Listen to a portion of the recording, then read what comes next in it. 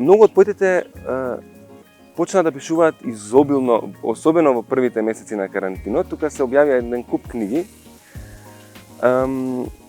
но влијаеше многу на јавните настани, односно некако културата остана многу погодена во тој поглед.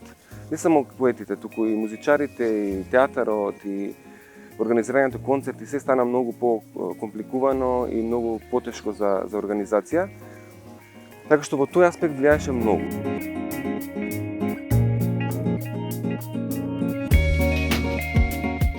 Друга работа што ни е важна е да одиме колку што може по-опуштено во тоа, во смисла да не го бирократизираме никако фестивалот, да не го обременуваме со формалности, односно да биде фестивалот да биде само тоа што се случува на сцената и тоа што се случува по одржувањето на фестивалот, да нема многу официјалности, да нема многу ваши екселенци, да нема многу политичка некаква вмреженост, така натаму. Сакаме да го ослободиме од секакви надворешни влијанија во таа смисла и да го направиме да биде независен во таа смисла.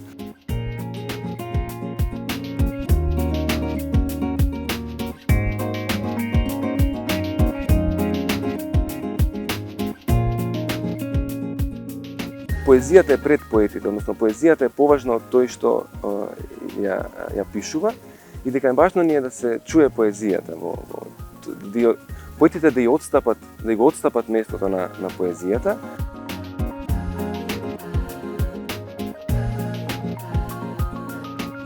Државата треба да препознае квалитет и да го финансира квалитетот, а не да финансира некакви проекти што и се неза од некакво значење во смисла да ги корумпира тие проекти. Значи државата би требало да биде еден искрен поддржувач на уметноста.